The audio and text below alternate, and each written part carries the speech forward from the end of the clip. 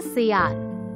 एक सियार घूमता घूमता एक धोबी के घर में घुस गया। छुपने के लिए वह एक हौज में घुस गया। हौज में कपड़ों में लगाने के लिए नीला रंग था। जब सियार बाहर निकला तो वह पूरा नीला हो चुका था। जंगल पहुंचकर उसने देखा जानवर उसको देखकर भागने लगे थे। अब सियार जंगल का राजा बन बैठा। एक दिन सियार अपने दरबार में बैठा था। दूर उसे दूसरे सियारों की हुआ हुआ की आवाज सुनाई दी। उसे सुनकर सियार भी हुआ हुआ चिल्लाने लगा। सब जानवरों को उसकी असलियत पता चल गई और उन्होंने मार मार कर सियार को वहां से भगा दिया। बिल्ली के गले में घंटी।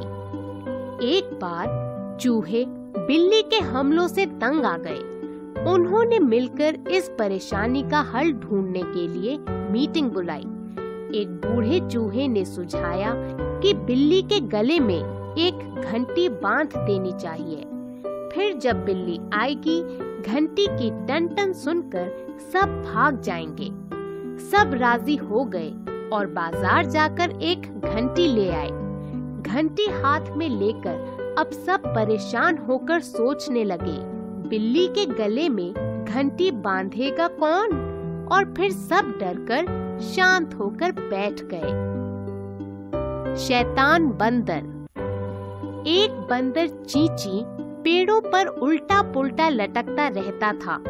वह छोटा था पर हर चीज को जानना चाहता था, छूता रहता था।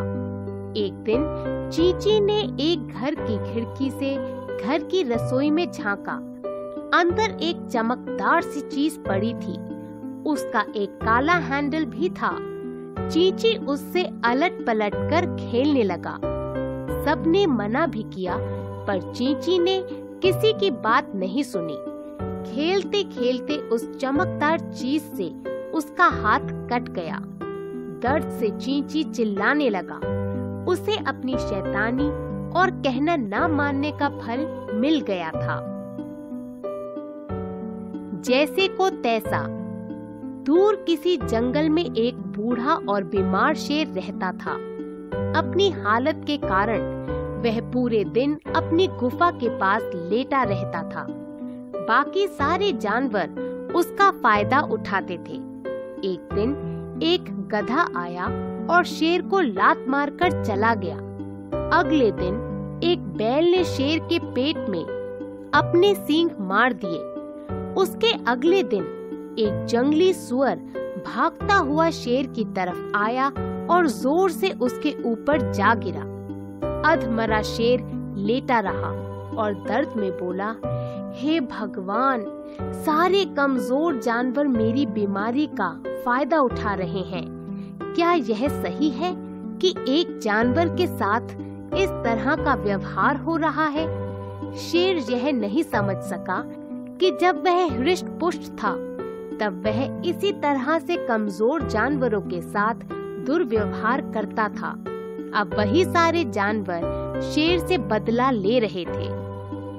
Please like, share and subscribe. Thank you.